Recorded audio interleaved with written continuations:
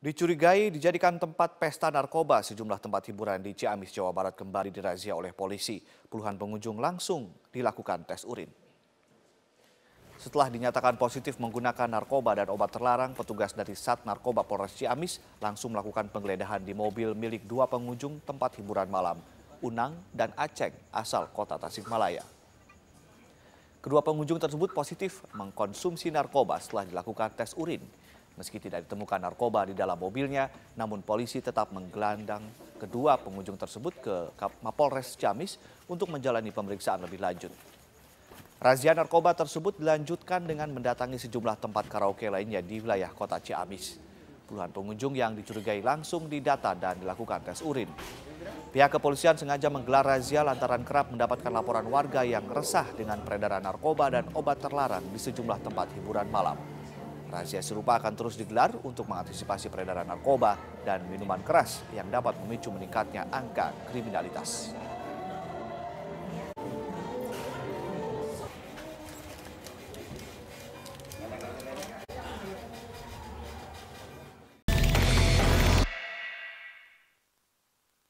Anda kembali di Landstok, sudah bergabung bersama kami Komisioner KPAI Mbak Erlinda. Terima kasih sudah hadir di Landstok.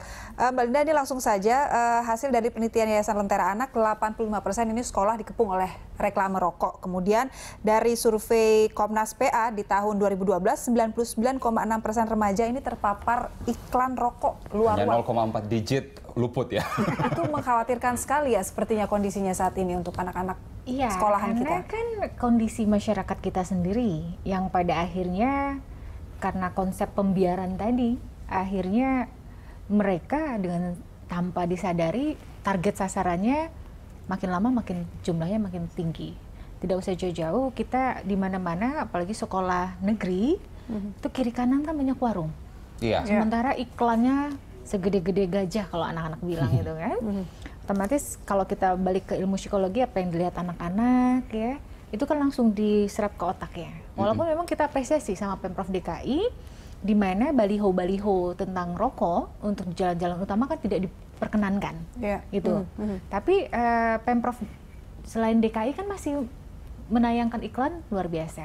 Oke, itu dari sisi iklannya. Dari sisi regulasi pun juga kan tidak dijalankan, bahwa anak-anak kita tidak diperbolehkan untuk menjadi target sasaran, entah itu anak sekolah dasar maupun anak-anak remaja SMP SMA. Namun amat disayangkan pada saat kita tahu ada data anak-anak kita yang baru lulus SMA itu mereka sudah menjadi salah satu iklan rokok. Ini kan yang kita prihatinkan. Artinya apa? Paradigma dari orang tua itu sendiri pun juga adanya pembiaran, ya. Adanya permisif begitu ya? Iya, seolah-olah ya keluarga. udah, cuman iklan rokok kok. Oke, once. Berikutnya, anak-anak kita jago nih, jago mereka dalam bakat apa? Olahraga. Ya. Tapi yang sponsornya siapa? Nah, ya. itu nggak perlu dong ya. Itu yang sebelumnya tadi kita obrolin, ya kan? industri rokok itu serigala berbulu domba, Yes. masuk lewat yayasan-yayasan amal gitu ya. Yang kami inginkan harapkan tuh adalah dari pemerintah tuh ketegasan terhadap foundation ini sejauh mana mereka memberikan dukungan. Tapi kami dari Komisi Perlindungan Anak Indonesia, no, foundation yang labelnya rokok kami tidak menerima. Untuk anak-anak kami diberikan fasilitas untuk pengembangan minat bakat. Kami strike di situ karena kalau tidak seperti itu ya tadi musang berbulu domba. Kita bagus kok. Kita tahu foundation itu luar biasa, ya kan? Tapi kita inginnya mereka membantu tapi tidak ada embel-embel. Ya, tidak menjadi duta dari iklan mereka, tidak menjadi kalau memang ingin membantu silahkan membantu tapi tidak harus ada jargon-jargon dari si iklan rokok tadi. Tapi gitu. memang masalahnya dari pendidikan, olahraga itu banyak beasiswa yang kemudian diberikan oleh foundation yang bergerak jumlahnya di bisnis besar. Rokok dan jumlahnya besar dan mereka cukup masif ya memberikan beasiswa itu ya. Pertandingan internasional di Indonesia salah satunya juga perusahaan rokok menjadi menjadi sponsor utamanya. Ini dilema. Oke. Kita tahu dong pengembangan minat bakat tidak murah. Iya. Bahkan cenderung sangat mahal. Ya. Apalagi untuk anak-anak yang berkebutuhan khusus. Sekarang pertanyaannya, apakah mampu pemerintah daerah memberikan fasilitas itu? Ya kan? Kan sangat minim sekali pemerintah daerah memberikan fasilitas kepada anak-anak yang mempunyai potensi atau minat bakat. Lagi-lagi yayasan itu lagi, foundation itu lagi, ya dengan imbalan ya tadi. Akhirnya si malakama orang tua pada dasarnya ingin, oke, anak saya tidak terpapar itu, tapi mereka sendiri ingin memfasilitasi anak-anak mereka untuk pengembangan minat bakat dan mereka punya multi talent yang luar biasa, tapi tidak sanggup. Baik. Akhirnya seperti apa? Mbak Erlinda tadi sebelumnya Bu Lisda sudah mengatakan bahwa pusat itu lemah mendukung support terhadap, misalnya di DPR kita selalu terkendala banyaknya kong-kalingkong begitu. Kemudian pemerintah pusat juga kemarin itu di Istana Merdeka berharap bahwa ada Presiden Jokowi yang merespon itu. Advokasi dari KPAI sendiri seperti apa untuk bisa mengusahakan ini bisa goal gitu? Tiap hari kita kayaknya mendengarkan seperti ini, nggak akan pernah tercapai gitu. Itu tadi, KPAI sudah terdengar lah gaungnya bahwa kita adalah provokator beriman ya. Kita melalui strategi-strategi kita, ayo kita menyuarakan. Jadi kita yang memprovokasi suara-suara yang di bawah hampir nyaris tertelan dengan isu-isu yang lebih eye-catching. Entah isu hate speech, entah isu pilkada, entah isu-isu yang lain. Isu yang ini sepertinya tenggelam. Nah oleh karena itu ya KPAI mempunyai strategi lebih lanjut ya kita bersama masyarakat bawah untuk kita nanti bersama-sama dengan rekan-rekan kita yang ada di komisi-komisi, mereka juga harus aware seperti itu karena mereka yang di atas pun juga kalau kita tidak berikan pemahaman mereka juga tidak ada rasa. Mbak Erlinda, apa yang bisa dilakukan oleh pemerintah pusat, pemerintah daerah untuk bukan menolak mungkin ya, memang tidak ada sama sekali lah foundation yang berbisnis rokok ini untuk menjadi sponsor, memberikan beasiswa kepada sekolah-sekolah, atau mungkin memang pemerintah daerah tidak cukup mampu untuk mengakomodir prestasi siswa yang ada di daerahnya sehingga melibatkan. Sebenarnya masalahnya cuma kecil. Foundation. Apa itu? Tapi sekali lagi ini masalah kecil tapi pada akhirnya masalah besar. Iya. Sebenarnya balik-balik semua ke mental. Mentalitas dari personal mereka, ya mentalitas yang ada di anggota dewan. Tidak semua mental mereka itu yang, mohon maaf, mereka peduli.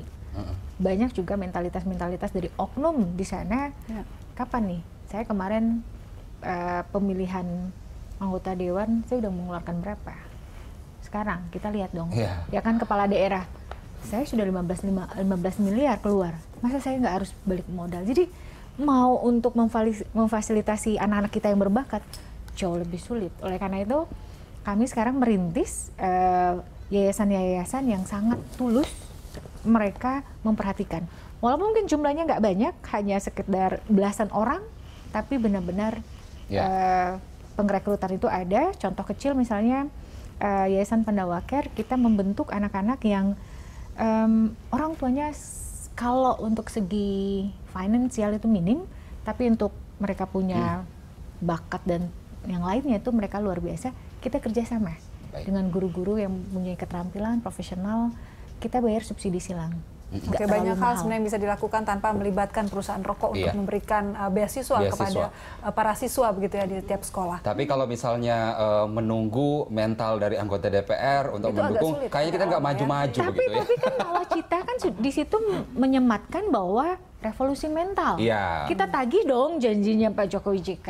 Dan tadi Bu Lisda mencontohkan ada banyak siswa justru yang memulai dari dirinya sendiri karena mereka takut sendiri untuk terpapar rokok. Bu Lisda benar tidak? Pada saat anak sudah terpapar rokok, mereka mau lepas, mau move on itu tanpa sulit rokok, ya, Bu Lisda? Sangat sulit. Makanya kenapa kami lebih memilih untuk melakukan sesuatu lebih awal, mencegah. Karena kalau sudah merokok, itu ada pekerjaan PR yang paling besar, sulit sekali. Jadi lebih baik kita mencegah supaya anak-anak itu tidak merokok. Jangan coba dulu merokok, itu sebenarnya prinsipnya. Baik, Bu Lisda, apa yang bisa disampaikan ini terkait dengan semakin masifnya iklan rokok yang mengepung sekolah dan pencegahan untuk anak-anak agar tidak menjadi penikmat rokok ini? Agar nggak menjadi target industri rokok gitu. Tentu pertama kami menghimbau semua sekolah, semua dinas pendidikan di seluruh Indonesia dan Pemda di seluruh Indonesia untuk mari perhatikan sekolah-sekolah kita. Sudah banyak peraturan yang menetapkan sekolah itu kawasan tanpa rokok, tidak boleh ada iklan rokok. kami siap bekerja sama. Kalau sekarang kami lakukan itu di 5 kota di 90 sekolah, kami siap bekerja sama dengan seluruh Indonesia untuk memperluas kegiatan ini. Dukungan masyarakat sangat banyak di media sosial kami, di email kami, personal chat itu semua mendukung. Bagaimana cara bisa terlibat. Tapi memang ini nggak bisa dilakukan sendirian. Itu sebabnya salah satu yang akan kami lakukan, kami akan bertemu dengan Pak Menteri Pendidikan, kami akan bawa perwakilan guru dan siswa. Kami ingin menunjukkan ini sudah berhasil dan ini layak untuk dikembangkan, layak untuk diteruskan. Ya, kalau perusahaan rokok adalah sebuah kekuatan besar yang tampaknya susah untuk dikalahkan, mungkin kita perlu mengundang kekuatan korporasi besar untuk melawan itu. Itu seperti itu bisa nggak, Bu Lisda? Sebenarnya gini Mas, perusahaan rokok itu sebenarnya takut sama anak muda, sama anak-anak. Karena anak-anak itu pasar potensi mereka. Kalau anak-anak itu bilang tidak, kami tidak akan merokok, kami tidak akan tertipu oleh rayuan kamu, maka perusahaan rokok bangkrutlah dia. Itu betul, bangkrutlah dia. Jadi itu sekarang yang sedang kita galakan. Ayo anak-anak, ayo adik-adik, kalian harus bersuara tidak. Tanamkan kebencian positif, kebencian kepada rokok. Makanya bahasa kami tolak jadi target. Karena kalian dari rayuan-rayuan yang menggoda gitu ya. Tolak dari targetnya industri rokok, perusahaan rokok. Karena itu adalah dengan itu kalian bersuara, dengan itu kalian berani menunjukkan siapa diri kalian. Dan itu bisa dimulai dari lingkungan paling kecil keluarga, kemudian ke sekolah-sekolah juga beri perhatian, dan pemerintah daerahnya, kepala daerahnya juga harus aware terhadap permasalahan ini. Baik, terima kasih Bu Lisda, terima kasih Mbak Erlinda sudah hadir di Lanstock. Pemirsa, demikianlah Lanstock hari ini. Anda bisa mengirimkan informasi dan saran kepada kami lewat email di redaksi@berita1.tv. Iya, Anda bisa follow kami juga via Twitter, Facebook, YouTube, dan Instagram. Nantikan Lanstock setiap hari pukul 13 hingga 14 waktu Indonesia Barat. Terima kasih, stop merokok. Stop merokok, sampai jumpa.